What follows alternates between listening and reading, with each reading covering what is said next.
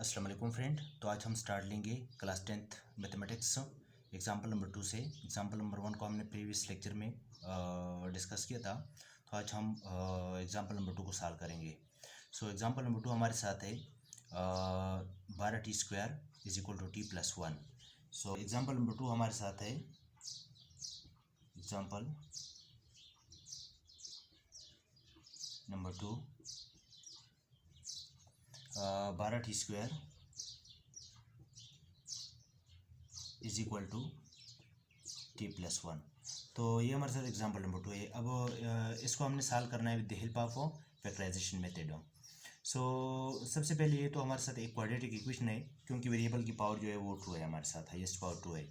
तो इस quadratic equation को हम सॉल्व करेंगे with the help of factorisation method. So सबसे पहले हम 12t² इज इक्वल टू इस टी को हम इक्वलिटी के साइड पे लेके आते हैं। तो अब ये प्लस टी है तो ये हमारे साथ माइनस टी हो जाएगा। s+1 को इस साइड पे लेके आते हैं, ये हमारे साथ -1 हो जाएगा इज इक्वल टू 0, और साइड पे 0 रह जाएगा। तो अब हमने इसको with the help of factorisation method solve करना है। फैक्टराइजेशन मेथड हमने पहले भी डिस्कस किया था। सो फैक्टराइजेशन मेथड में हम फर्स्ट एंड लास्ट को मल्टीप्लाई करते हैं। जब फर्स्ट एंड लास्ट को मल्टीप्लाई करें तो ये हमारे साथ -12t² आ जाएगा। तो अब सेंटर का जो टर्म है, इसके ऐसे दो फैक्टर बनाने जिसकी मल्टीप्लिकेशन से -12t² आ जाए एंड एडिशन से यही -t आ जाए। तो अब हमने ऐसे फैक्टर को यहाँ पे लिखना है। तो 12t² -4t + 3t। अब वो फैक्टर जो हमने सेलेक्ट किए वो -4t एंड +3t, ये दो फैक्टर है। क्योंकि इन दो फैक्टर की मल्टीप्लिकेशन से -12t² आता है, plus into minus, minus 3 4 12, t²। सो इसकी मल्टीप्लिकेशन से -12t² आता है। अब हमने देखना है कि इसकी एडिशन से -t आता है वापस या नहीं। सो -4 + t, -4 + 3t हमें फिर से -t रिजल्ट देता है। तो वो जो दो फैक्टर हमने यहाँ पे लगाने होंगे वो -4t एंड +3t होगा। -1 को एज इट इज लगाते इज इक्वल टू 0। अब इन दोनों को आपस में लेना होगा और इन दोनों को आपस में लेना होगा। इन दोनों टर्म्स में हमने देखना है कि कॉमन टर्म कौन से है। यहाँ पे 12 है, यहाँ पे 4 है। सो 3 4 12, 12 के साथ 4 मौजूद है और यहाँ पर भी 4 मौजूद है।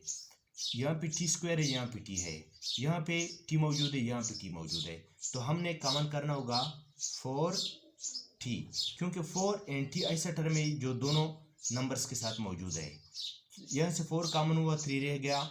यहाँ से t कॉमन हुआ है, एक t रह गया है क्योंकि t² है।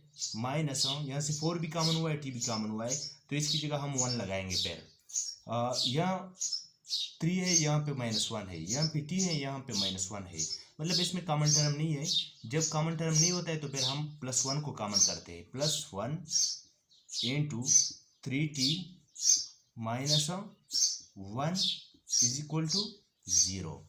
तो अब ये जो 4t हमने कॉमन किया था, इसको एक 4t +1 को, ये जो कॉमन दो नंबर्स है हमारे साथ, इसको एक पेयर में लेना होगा 4t +1, और जो कॉमन टर्म है हमारे साथ 2, इन दो पेयर से किसी एक पेयर को हमने लेना होगा। 3t -1 is equal to 0। सो इसका मतलब ये हुआ हमारे साथ 4t +1 भी 0 के बराबर है, 3t -1 भी 0 के बराबर है। तो हम 4t +1 is equal to 0 and 3t -1 is equal to 0। अब इस 1 को इस साइड पे लेके आते तो ये हमारे साथ -1 हो जाएगा। 4t इज इक्वल टू -1, और हमें 4 की ज़रूरत नहीं है, तो 4 को डिवाइड करते 4 पे, और इक्वेशन है हमारे साथ, तो फिर दोनों साइड को 4 पे डिवाइड करना होगा। 4 आपस में कैंसिल कर देंगे। सो हमारे साथ रह जाएगा t इज इक्वल टू -1/4। अब t का जो दूसरा वैल्यू हमारे साथ आता है इस इक्वेशन से वो निकालेंगे। सो इस -1 को इस साइड पे लेके आते तो ये 3t इज इक्वल टू +1 हो जाएगा। अब हमें सिर्फ t चाहिए, 3 की ज़रूरत नहीं है, तो 3 पे बोथ साइड डिवाइड करेंगे, 3 कैंसिल हो जाएगा और t हमारे साथ रह जाएगा 1/3। सो हमारे साथ दो सोल्यूशन फाइंड हुए, t is equal to 1/3, t is equal to -1/4। अब हमने ये चेक करना है कि जो दो सोल्यूशन सेट हमने फाइंड किए ये करेक्ट है या नहीं। तो इसकी अब हमने वेरिफिकेशन करनी होगी, जिसे पड़ताल भी कहते हैं। तो अब हम वेरिफिकेशन करते हैं। ठीक है, ये जो वैल्यू हमारे साथ आए इसको हमने चेक करना है कि करेक्ट है या नहीं। सो जो इक्वेशन हमें गिवन है, इस इक्वेशन में t की वैल्यू हमने पुट करनी होगी।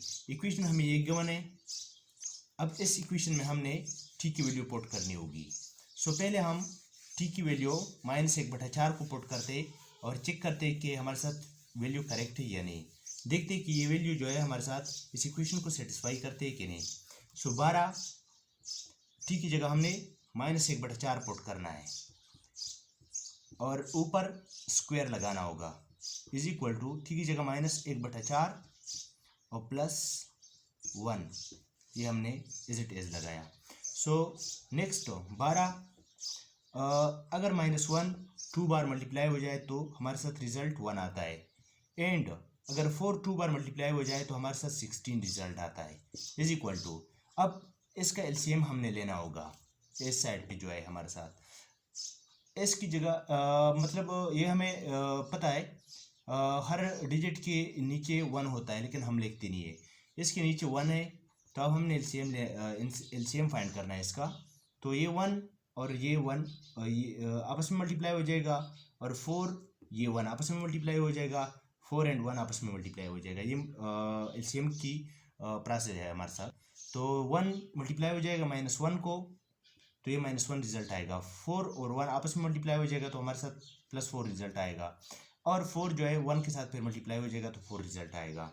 सो नेक्स्ट 12 और ये जो 1 हमारे साथ है ये आपस में मल्टीप्लाई हुए तो हमारे साथ 12 रिजल्ट आता है, और 16 को एज इट इज हमने लगाया, इज इक्वल टू। और इससे हमारे साथ रिजल्ट आता है 4 - 1 से रिजल्ट आता है 3/4। सो नेक्स्ट 4 3 12 4 4 16, तो ये हमारे साथ रिजल्ट आया 3/4 इज इक्वल टू 3/4।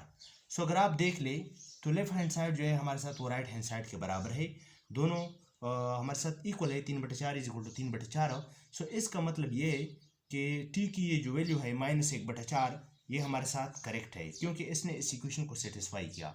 अब आप लोगों ने इस वैल्यू को t की ये जो दूसरी वैल्यू है हमारे साथ t इज इक्वल टू 1/3, इस वैल्यू को आप लोगों ने इसमें पुट करना है और देखना है कि left hand side right hand side के बराबर आता है या नहीं। बिल्कुल एज इट इज इसी तरह जो मैंने आप लोगों को फाइंड करके दिखाया।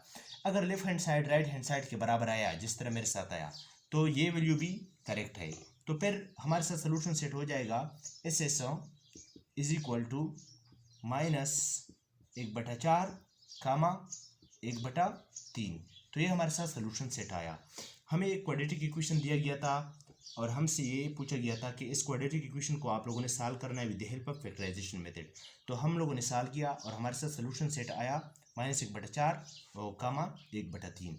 सो अगर आप लोगों को मेरी ये वीडियो अच्छी लगी हो तो मेरी वीडियो को लाइक करें, मेरे चैनल को सब्सक्राइब करें और मेरी वीडियो को ज़्यादा से ज़्यादा शेयर करें। अल्लाह हाफ़िज़।